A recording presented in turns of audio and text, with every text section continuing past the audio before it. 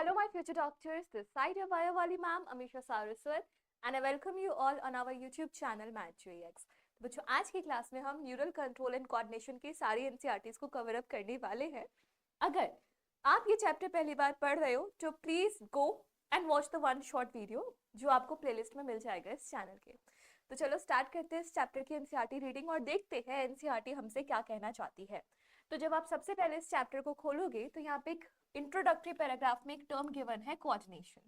So what is coordination? Coordination is the process through which two or more organs interact and complements the functionings of each other. एक time पे हमारे अंदर बहुत types के organ systems function कर रहे होते हैं।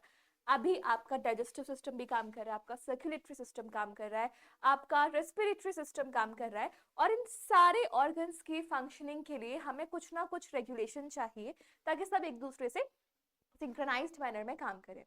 तो ये जो सिंक्रोनाइजेशन है, तालमेल बिठाना है, इसी को कहा जाता है कोऑर्डिनेशन। अब एनसीईआरटी ने बोला है कि in our body neural system and endocrine system jointly coordinates and integrates all the activities of the organs so that they function in a synchronized fashion. तो हमारा कोऑर्डिनेशन बिठाने का काम दो सिस्टम का है, एक तो नर्वस सिस्टम और एक एंडोक्राइन सिस्टम। तो आज के इस चैप्टर में तो हम नर्वस सिस्टम के बारे में पढ़ने जा रहे हैं। नाउ सबसे इंपॉर्टेंट वर्ड है ये point two point contact. Point two point contact बनाने का जो काम है वो होता है हमारे न्यूरल सिस्टम का। एंडोक्राइन सिस्टम क्या करता है? एंडोक्राइन सिस्टम केमिकल इंटीग्रेशन करता है। केमिकल इंटीग्रेशन कैसे करता है? By releasing certain chemicals called as hormones. तो ये हार्मोन्स एक जगह से रिलीज होते हैं, दूसरी जगह पे जाके अपना काम कराते हैं और फंक्शनिंग को रेगुलेट करते हैं। बात करें अगर नर्वस सिस्टम की थ्रू आउट योर मतलब इवोल्यूशन, तो लोअर इन्वर्टिब्रेट्स में बहुत ही ज्यादा सिंपल था, है ना, हाईली स्पेशलाइजेशन इसमें नहीं थी। कुल मिला के अगर मैं न्यूरॉन की बात करूं तो न्यूरॉन का काम है सिग्नल को डिटेक्ट करना, रिसीव करना, ट्रांसमिट करना।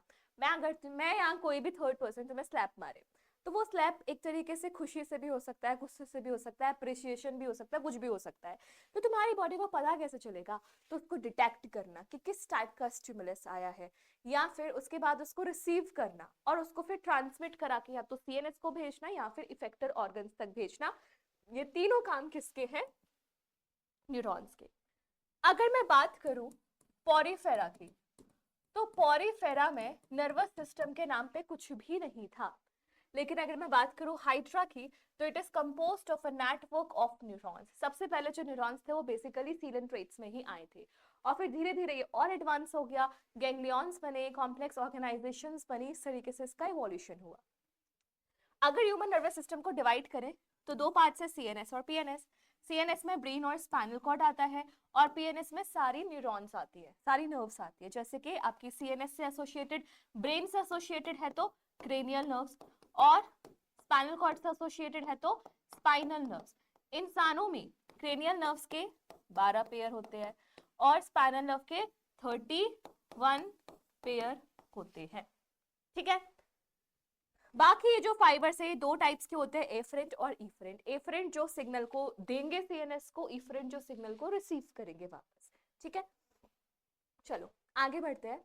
ये वही लाइन लिखी है। Now PNS is divided into two parts, somatic and autonomic.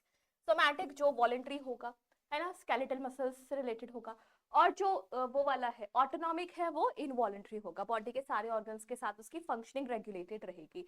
Autonomic की दो ब्रांचेस आती है, सिंपैथेटिक एंड पैरासिम्पैथेटिक। दोनों एक दूसरे का अपोजिट काम करती है। जैसे आपने कार्डिक एक्टिविटी देखा था तो sympathetic neural system heart beat को बढ़ाता था, parasympathetic neural system heart beats को घटाता था। ठीक है, फिर एक और टर्म दिया हुआ है visceral nervous system. So visceral nervous system is the part of peripheral nervous system that includes whole complex of nerves, fibers, ganglions and plexus by which impulse travels from CNS to viscera and from viscera to CNS. तो visceral nervous system particularly एक organ system से associated specialized nervous system है। जैसे कि अगर मैं example बात करूं तो एक होता है ENS। ENS की full form enteric nervous system, और ये किसके साथ एसोसिएटेड रहता है? ये एसोसिएटेड रहता है आपकी जीआई ट्रैक्ट के साथ। तो जीआई ट्रैक्ट और सीएनएस के बीच में जो रेगुलेशन करना है, कोऑर्डिनेशन करना है, वो ये संभालता है हमारा एंटेरिक नर्वस सिस्टम। तो इसमें क्या क्या चीजें आती है, इसमें नर्व्स आती है, इसमें फाइबर्स आते हैं, इसमें गैंग्लियंस आते हैं, इसमें प्लेक्सस आते हैं। अब आपको इसका गैंग्लियंस का मतलब पता हो तो it is collection of cell body in PNS. PNS में सेल बॉडी का कलेक्शन क्या कहलाता है, हमारा गैंग्लियंस। फाइबर्स की अगर मैं बात करूं तो फाइबर्स मतलब क्या होता है बच्चों, फाइबर्स मतलब होता है हमारा डेंड्राइट, या फिर इसका मतलब होता है हमारा एक्सोन। प्लेक्सस क्या है, प्लेक्सस नेटवर्क ऑफ कैपिलरीज भी होता है, प्लेक्सस तुम्हारा नेटवर्क ऑफ न्यूरॉन्स भी होता है। जैसे आपके गट में दो प्लेक्सस होते हैं, माइंटेरिक प्लेक्सस, मीजनर्स प्लेक्सस, जो आपकी गैस्ट्रिक ग्लैंड्स की एक्टिविटी को संभालते हैं, पेरिस्टल्टिक मूवमेंट को संभालते हैं। तो इस तरीके से सारी चीजें होती है। अब थोड़ा सा न्यूरॉन के स्ट्रक्चर की बात करें तो यहाँ पे क्या मेजर पार्ट्स है, 3 पार्ट्स हैं, cell body, dendrites, axon. Basically एक सेल बॉडी है जिसकी लंबी ब्रांच को हम एक्सोन बोलते हैं और इससे निकली छोटे छोटे ब्रांचेस को हम डेंड्राइट्स बोलते हैं। Cell body contains cytoplasm with typical cell organelles and granular bodies called as Nissls granule. Nissls granule का काम क्या होता है, प्रोटीन का फॉर्मेशन करना। शॉर्ट ब्रांचेस भी होती हैं जिनको हम बोलते हैं dendrites, and dendrites also contain Nissl granule. तो निजल ग्रैन्यूल्स की अगर लोकेशन पूछे तो निजल ग्रैन्यूल्स कहाँ कहाँ प्रेजेंट है, डेंड्राइट्स में भी एंड आपकी सेल बॉडी में भी। और काम क्या है इनका, प्रोटीन्स का formation. Axon is a long fiber, the distal end of which is branched. Each branch terminates at bulb-like structure called synaptic node. ये इसका एक्सोन का टर्मिनल है और ये क्या है, इसके साइनेप्टिक नोब, जिसके अंदर साइनेप्टिक वेसिकल्स होते हैं और साइनेप्टिक वेसिकल्स के अंदर होते हैं हमारे neurotransmitters. Clear? Which possess synaptic vesicles containing chemicals called as neurotransmitters. Axon transmit nerve impulse away from the cell body. सबसे पहले सिग्नल डेंड्राइट्स पे आएगा, फिर सेल बॉडी, फिर एक्सोन। तो away from the cell body axon ले जा रही है और towards the cell body dendrites लेके जा रही है। अब क्या लिखा है, टू अ साइनेप्स और a neuromuscular junction. Synapse means basically एक टर्म यूज होता है for the junction between neuron and neuron. लेकिन ये न्यूरॉन तो किसी ऑर्गन के साथ भी साइनेप्स बना सकती है, किसी मसल के साथ भी साइनेप्स बना सकती है। तो ये साइनेप्स के पास भी जा सकता है इसका सिग्नल, या फिर एक न्यूरोमस्कुलर जंक्शन पे भी जा सकता है। और neuromuscular junction locomotion and movement chapter में मैंने आपको समझाया था। ठीक है, अब based on the number of exons and dendrites कितने निकल रहे हैं उसके बेसिस पे आपके पास 3 टाइप्स के न्यूरॉन है, मल्टीपोलर, यूनिपोलर और एक और है बाइपोलर। ये रहा। ठीक है, तो क्या बोल रहा है, मल्टीपोलर में एक एक्सोन होगी और 2 या 2 से ज्यादा डेंड्राइट्स होंगी। एग्जाम्पल क्या है इसका, cerebral cortex. Bipolar 1 axon 1 dendrites, example क्या है, रेटिना ऑफ द आईज, ये बच्चों को रटा होता है। And unipolar with 1 axon only, found usually in the embryonic stage, embryonic stage में होता है। अब जो एक्सोन्स है वो 2 टाइप्स की हो सकती है, myelinated and non myelinated. Depend करता है माइलिन शीट है या नहीं है। माइलिन शीट बनाने का काम बच्चों आपको लगता है कि श्वान सेल्स का होता है, लेकिन ध्यान देना क्या है दिक्कत, माइलिन शीट इसको सीएनएस में कोई और बनाता है और इसको पीएनएस में कोई और बनाता है। अगर मैं सीएनएस वाले का नाम बताऊं तो इसको हम बोलते हैं ओलिगोडेंड्रोसाइट्स। ओलिगोडेंड्रोसाइट्स कहाँ बनाते हैं, सीएनएस में। Oligodendrocytes is a type of neuroglial sales. और अगर पीएनएस की बात करूं तो इसे कौन बनाता है, श्वान सेल। श्वान सेल्स बनाते हैं पीएनएस में। ठीक है, नाउ बीच बीच में गैप्स भी होते हैं जहां पे माइलिन शीट नहीं होती, उन्हें क्या कहा जाता है, नोड्स ऑफ फ्रेंड्रिया। Myelinated nerve fibres, important point है, लास्ट का पैराग्राफ कतई इंपॉर्टेंट है, ध्यान देना। Myelinated nerve fibers are found in spinal and cranial nerves. Unmyelinated is enclosed by a Schwann cell that does not form a myelin sheath around the axon and is commonly found in autonomic and somatic systems. क्या बोल रहा है यहाँ पे ये बोल रहा है कि आपकी cranial nerves हो और आपकी spinal nerves हो, तो वहां पे जो न्यूरॉन्स होती है वो होती है माइलिनेटेड। अगर आपकी ऑटोनॉमिक नर्वस सिस्टम है और सोमैटिक नर्वस सिस्टम है तो वहां पे जो न्यूरॉन्स होती है वो होती है अनमाइलिनेटेड। बट अनमाइलिनेटेड का मतलब है कि वहां पे माइलिन शीट नहीं होगी, लेकिन श्वान सेल्स वहां पर होंगे, बस श्वान सेल वहां पे माइलिन शीट नहीं बनाएंगे। तो ये बात आपको याद रखनी है, Schwann cells myelinated non myelinated दोनों टाइप्स के न्यूरॉन्स में देखने को मिलते हैं। क्लियर है? चलो अब आगे बढ़ते हैं, बात करते हैं जनरेशन ऑफ नर्व इम्पल्स। यहाँ बच्चों को बहुत मुश्किल आती है, लेकिन मैंने आपको प्रॉपर चैनल्स वगैरह बना के वन शॉट में बता रखा है, तो आप वहाँ पे पक्का देख लो, उसके बाद फिर हम यहाँ से पढ़ते हैं, ठीक है। सो न्यूरॉन्स आर एक्साइटेबल सेल, और ये एक्साइटेबिलिटी आपने कल की क्लास में पढ़ा था कि मसल्स में भी देखने को मिलती है, एक्साइटेबल होती है, ठीक है, because their membranes are in a polarised state. अब यहाँ से असर्शन रीजन पूछ सकता है, असर्शन हो गया न्यूरॉन्स आर एक्साइटेबल, रीजन क्या हो जाएगा, because they are always in a polarised state. Do you know why the membranes is polarized? Different types of ion channels are present on the neural membrane. एक ionic gradient होता है, ion channels होते हैं, तो इसलिए वो polarized होती है. These ion channels are selectively permeable to different ions. जब न्यूरॉन कोई भी सिग्नल नहीं ले जा रही, यानी कि वो रेस्ट पे है, तो axonal membrane is comparatively more permeable to potassium ion and impermeable to sodium ions. आपको मैंने बहुत बार बताया हुआ है कि इंट्रासेलुलर अबंडेंट केटाइन कौन है, एनाइन कौन है, बाहर कौन सी होती है, तो आपको पता होगा कि न्यूरॉन के अंदर जो अबंडेंट केटाइन है वो है पोटेशियम आयन। अब पूरे न्यूरॉन के मेम्ब्रेन पे पोटेशियम लीकी चैनल्स होते हैं, तो पोटेशियम बाहर जाती रहती है। ये तब का स्टेज है जब ये रेस्टिंग स्टेट पे है। अब पॉजिटिव चार्ज बाहर जाएगा तो अंदर नेगेटिव चार्ज हो जाएगा, तो उसको कहा जाता है रेस्टिंग मेम्ब्रेन पोटेंशियल, और इसकी वैल्यू होती है -70 मिलीवोल्ट्स, ठीक है। Similarly, membrane is impermeable to negatively charged proteins present in the exoplasm. अब एक्सोप्लाज्म के अंदर नेगेटिवली चार्ज प्रोटीन्स होंगे, फॉस्फेट आयंस होंगे, वो बाहर नहीं जा सकती, क्योंकि एक तो उनका साइज बड़ा है और दूसरा वहां पे ले जाने के लिए कोई चैनल्स नहीं है, तो कुल मिला के अंदर नेगेटिव चार्ज एक्यूमुलेट होता जा रहा है. Consequently, the exoplasm inside contains high concentration of potassium and negatively charged proteins and low concentration of sodium. In contrast, the fluid outside the axon contains low concentration of potassium and high concentration of sodium and thus form a concentration gradient. ये एक normal level पे बात की गई है कि ऐसा होता है, ठीक है. Now, these ionic gradients across resting membrane are maintained by active transport of ions sodium potassium pump. देखो, सोडियम पोटेशियम पंप का काम है इस ग्रेडियंट को मेंटेन करना, आपका रेस्टिंग पोटेंशियल जो -70 मिलीवोल्ट्स है उसको मेंटेन करना. कैसे मेंटेन करता है? 3 सोडियम को बाहर भेजता है, 2 पोटेशियम को अंदर लाता है. 3 sodium out, 2 potassiums in. Now, as a result, the outer surface possess a positive charge while the inner surface possess the negative charge. ठीक है, तो यहाँ पे क्या हो रहा है? ये तो depolarization दिया हुआ है. The electrical potential difference across the resting plasma membrane is called resting potential with a value of -70 millivolts. Clear? You might be curious to know about the mechanism of generation of nerve impulse and its conduction along the axon when a stimulus is applied to a site like point A.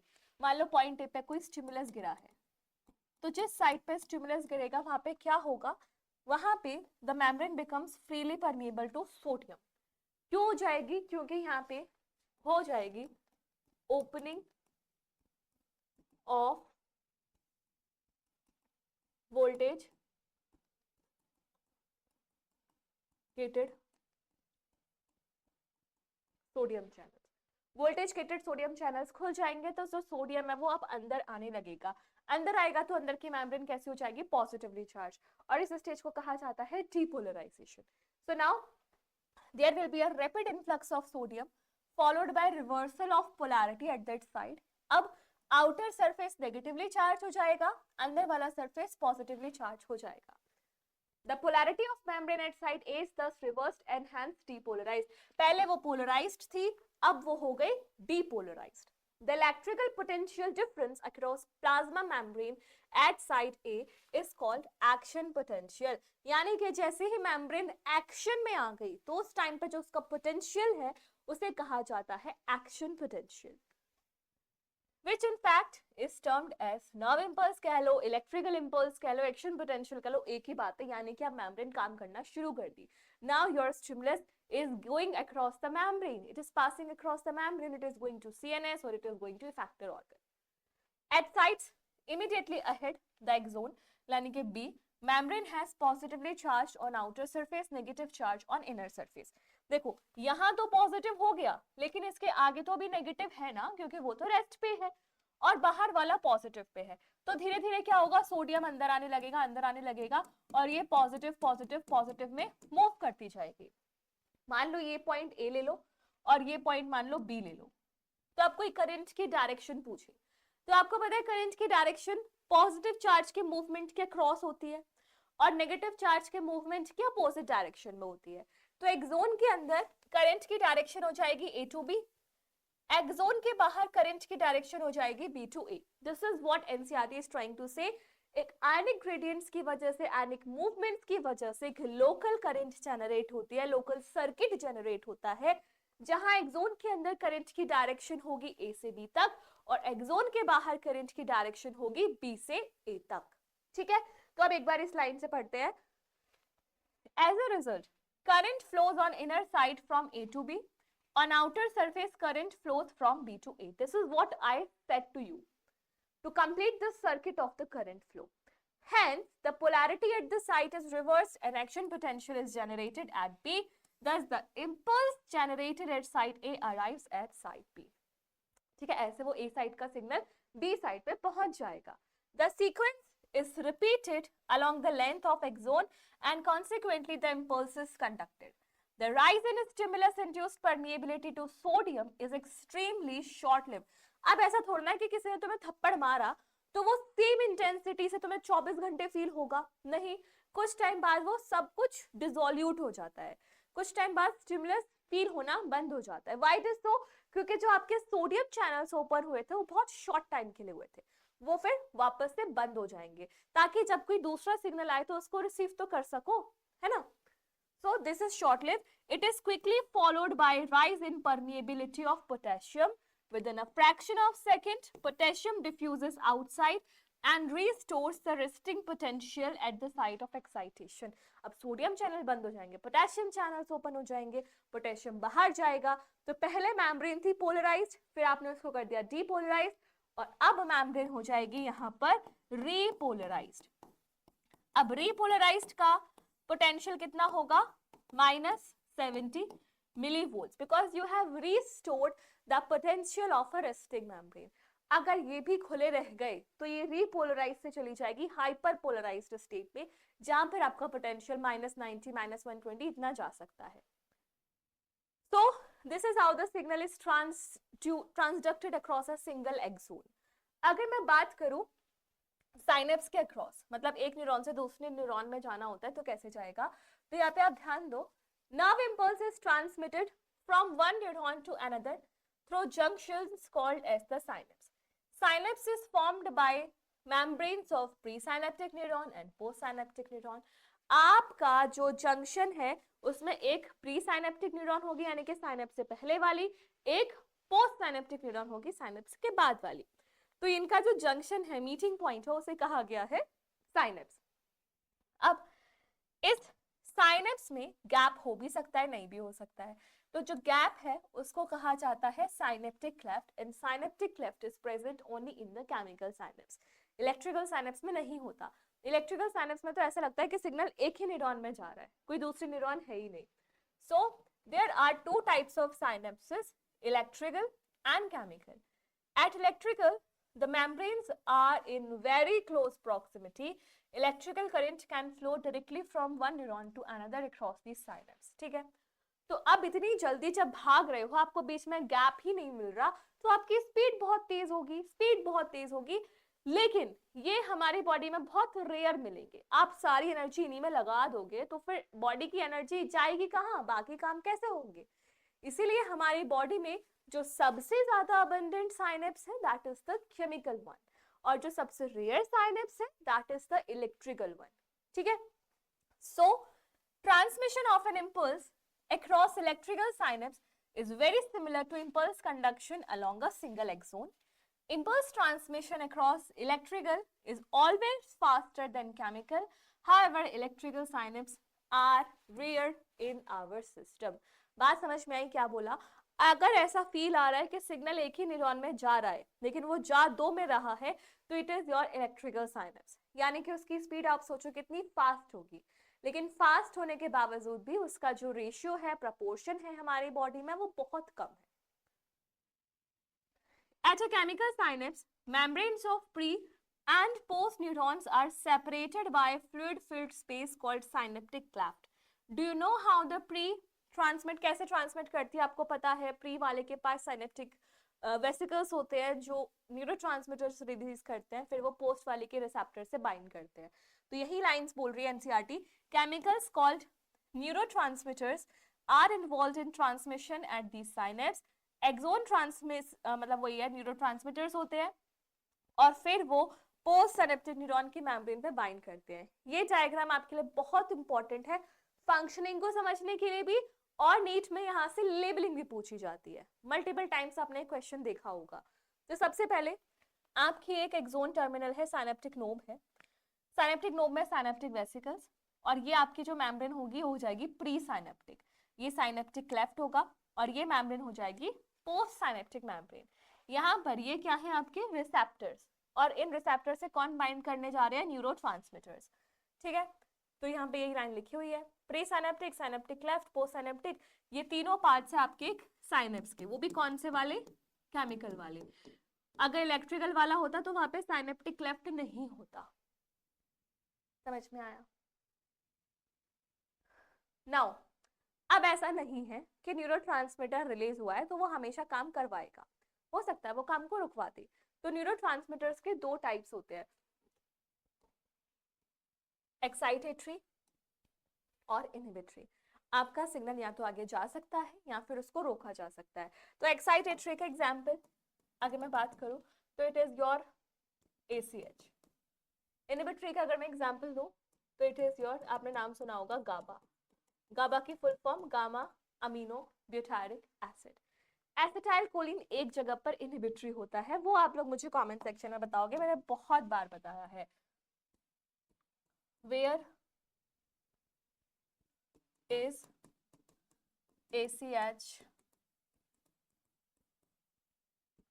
Inhibitory, कहाँ होता है inhibitory? ठीक है, चलो अब हम बात करते हैं सेंट्रल नर्वस सिस्टम की, यानी कि आपके ब्रेन की और आपके पीछे स्पाइनल कॉर्ड की। सो ये हमारा कमांड एंड कंट्रोल सिस्टम होता है, क्योंकि बॉडी के सारे voluntary movements, balancing, functioning involuntary organs की, thermoregulation, osmoregulation, hunger, thirst, circadian rhythm, ये सारी एक्टिविटीज हमारा CNS संभालता है। आगे और क्या क्या लिखा है यहाँ पर? आपके एंडोक्राइन एक्टिविटीज को संभाला जाता है, आपका vision, emotions, thoughts, intelligence, memory, speech, hearing, ये सारा काम आपका कौन करता है? CNS। नाउ अब इतना इंपॉर्टेंट काम करता है, इतना वाइटल ऑर्गन है, so obviously it requires protection. जैसे हार्ट को प्रोटेक्शन देने के लिए you have pericardium layer, lungs को प्रोटेक्शन देने के लिए यू हैव प्लूरल लेयर, तो ब्रेन को प्रोटेक्शन देने के लिए you have cranial meninges, spinal cord को प्रोटेक्शन देने के लिए यू हैव स्पाइनल मेनिंजेस। अब इनका नाम याद होना चाहिए। तो ब्रेन के सबसे नजदीक जो होती है वो होती है पिया मैटर, फिर अरेक्नोइड मैटर, और फिर दूर दूर डूरा मैटर। ठीक है, तो यहाँ पे नाम लिखे हैं। ब्रेन वैसे तो स्कल से कनेक्ट प्रोटेक्टेड है, लेकिन स्कल के अंदर भी कुछ क्रेनियल मेनिंजेस होते हैं जिनका नाम क्या क्या होता है? सबसे बाहर वाली डूरा मैटर, बीच वाली अरेक्नोइड मैटर, और सबसे अंदर वाली पिया मैटर।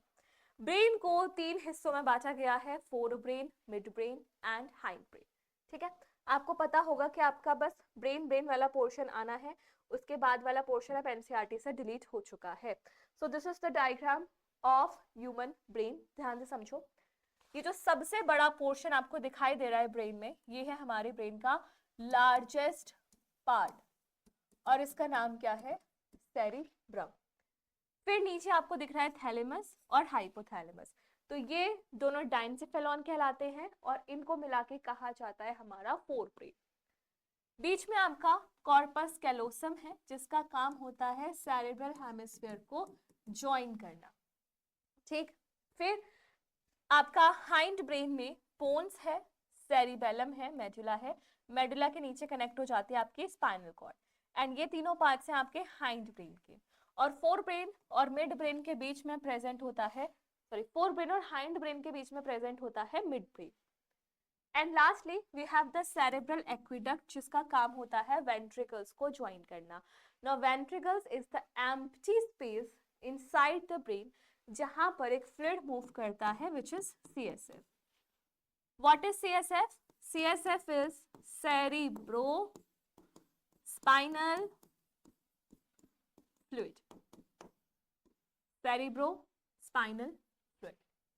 ठीक है, चलो अब सबसे पहले हम बात करते हैं फोर ब्रेन की। क्या बोल रही है एनसीईआरटी फोर ब्रेन के बारे में, एक बार ध्यान से समझना, एक एक लाइन इंपॉर्टेंट है यहाँ से। Fore brain consist of cerebrum, thalamus, hypothalamus. It forms the major part of human brain. Deep cleft divides cerebrum longitudinally into left and right cerebral hemisphere, जिनको ज्वाइन करता है इंपॉर्टेंट कॉर्पस कैलोसम। लेकिन corpus callosum है क्या? It is a tract of nerve fibre, tract है ये nerve fibres का। ठीक है, the layer of cell which covers cerebral hemisphere is called cerebral cortex and is thrown into prominent folds। ये आपके जो पीछे cerebral cortex दिख रहा है, आपको दिख रहा है इसमें कैसे folds हैं, बिल्कुल एक अखरोट टाइप का इसका स्ट्रक्चर है, तो ये folds होते हैं यहाँ पे। The cerebral cortex is referred to as the gray matter due to the grayish appearance. The neuron cell bodies are concentrated here giving the color। अब देखो ये बोल रहा है कि आपका सेरेब्रल कॉर्टेक्स जो आपका बाहर का पोर्शन बनाता है वो ग्रे मैटर है। वो ग्रे क्योंकि उसकी ग्रे अपीयरेंस आती है। अब आपको यहाँ पे एक चीज याद रखनी है, आपकी जो माइलिन शीथ है ना, माइलिन शीथ, उसको आपको समझना है as a fair lovely cream. अगर लगाई तो एकदम व्हाइट हो जाओगे और नहीं लगाई तो आप एकदम ग्रे या काले दिखोगे। तो वही बात है, सेरेब्रल कॉर्टेक्स के पास ये फेयर लवली क्रीम नहीं होती है, इसलिए वो दिखता है grey matter.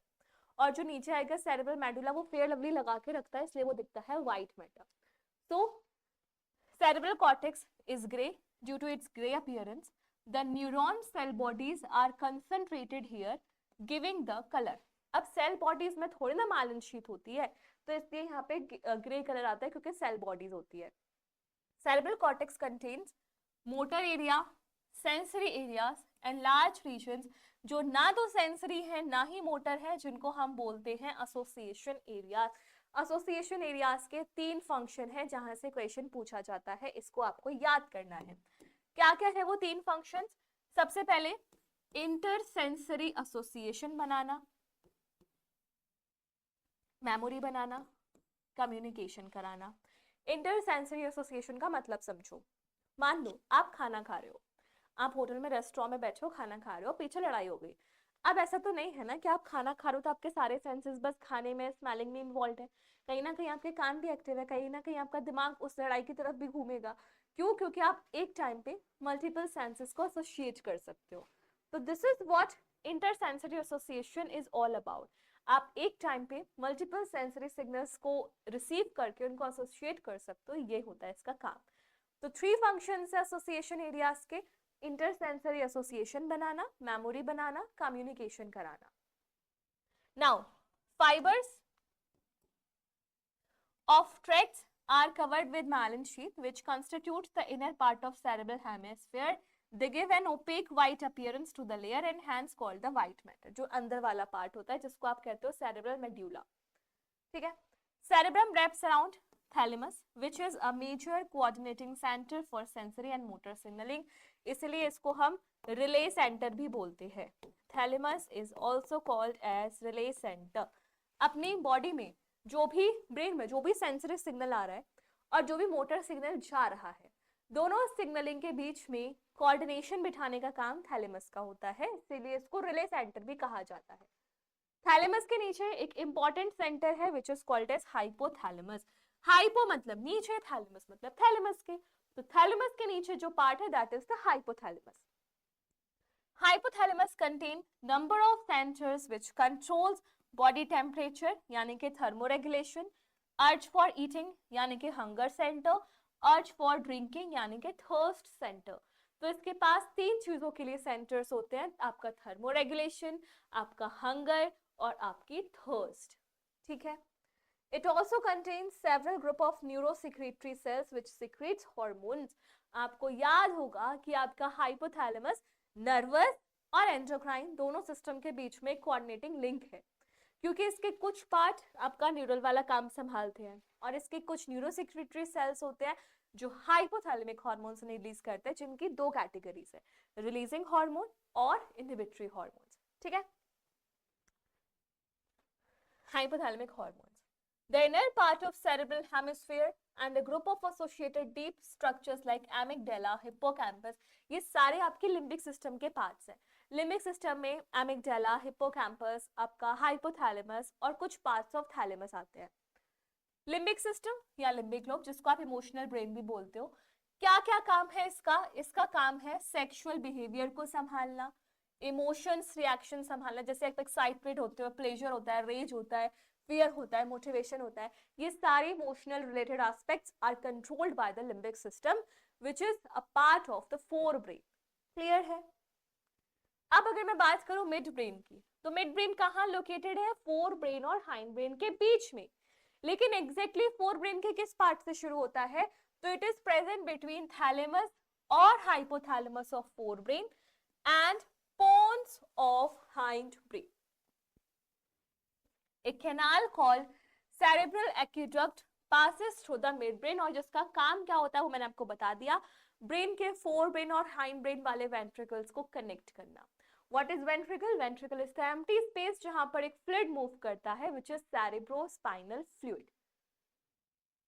Dorsal portion of midbrain consists of four rounded swellings called corpora quadrigemina. ये क्वाड मतलब ही फोर होता है, ठीक है। तो ये क्वाड्रिजेमिना में चार स्वेलिंग्स होती हैं जिनको आप बोलते हो टू सुपीरियर कैलिक्युलाई, टू इंफीरियर कॉलिक्युलाई, जिनका काम कुछ नहीं, जिनका काम केवल है विजुअल रिफ्लेक्स और ऑडिटरी रिफ्लेक्सेस को संभालना। तो अगर आपसे कल को पूछ ले कोई भी, तो आपको याद रखना है क्वाड्रिजेमिना का काम है विजुअल एंड ऑडिटरी रिफ्लेक्सेस को संभालना, ठीक है। Last part of the brain is the hindbrain. क्या क्या होता है इसके पास? Pons, cerebellum and medulla, also called as medulla oblongata. Pons is also called as pons varolai.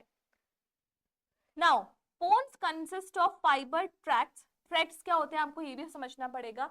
Collection of fibers in CNS. And fibers मतलब exons या फिर dendrites that interconnects different regions of the brain, different regions को connect करता है। और आपको पता है पोन्स में एक सेंटर होता है which is न्यूमोटेक्सिक सेंटर, जो डीप इनहेलेशंस को कंट्रोल करता है। फिर सेरिबेलम की बात करें तो इसका भी कन्वोल्यूटेड सरफेस है, बिल्कुल सेरिब्रम की तरह, और ये कन्वर्जन्स इसलिए होते हैं ताकि एक्स्ट्रा एडिशनल न्यूरॉन्स को आप वहाँ पे अकोमोडेट कर सको। मेडुला में सेंटर्स होते हैं किस किस को कंट्रोल करने के लिए? रेस्पिरेशन, फिर कार्डियोवास्कुलर रिफ्लेक्सेस, फिर गैस्ट्रिक सिक्रीशंस, और एक वॉमिट सेंटर भी होता है। नेक्स्ट लाइन इंपॉर्टेंट है, थोड़ा सा ध्यान से समझना। 3 major regions make up the brain stem. Brain stem मतलब होता है एक ऐसा पोर्शन ब्रेन का जो ब्रेन और स्पाइनल कॉर्ड के बीच में कॉमन है। तो क्या क्या है वो पार्ट? आपका मिड ब्रेन है, पोन्स है, मेड्यूला है। Mid brain, pons, medulla, mid brain, pons, medulla, these are the 3 parts of the brain stem. Now the brain stem forms the connection between the brain and the spinal cord. यानी कि आपका वो portion जो brain और spinal cord के बीच में connection बिठाता है, कॉमन है, उसे कहा जाता है ब्रेन का स्टेम। और ब्रेन स्टेम के 3 पोर्शंस हैं, mid brain, pons and medulla. समझ में आया? तो यहाँ आपके एनसीईआरटी ने इस चैप्टर को फिनिश कर दिया है। इसके बाद आपको पता है reflex action, spinal cord, ear, eyes, ये सारी चीजें होती थी, that has been deleted from your syllabus. तो न्यूरल कंट्रोल एंड कोऑर्डिनेशन में आपको इतना ही पढ़ना है, लेकिन ट्रस्ट मी ये जो भी लिखा है इस चैप्टर में, each and every line can be in the form of a question in your NEET exam. Specifically अगर मैं बात करूँ तो ब्रेन के डिफरेंट पार्ट्स की फंक्शनिंग की, तो इसको अच्छे से पढ़ लो, अच्छे से याद कर लो, अपने शॉर्ट नोट्स बना लो, एनसीईआरटी अच्छे से समझ लो।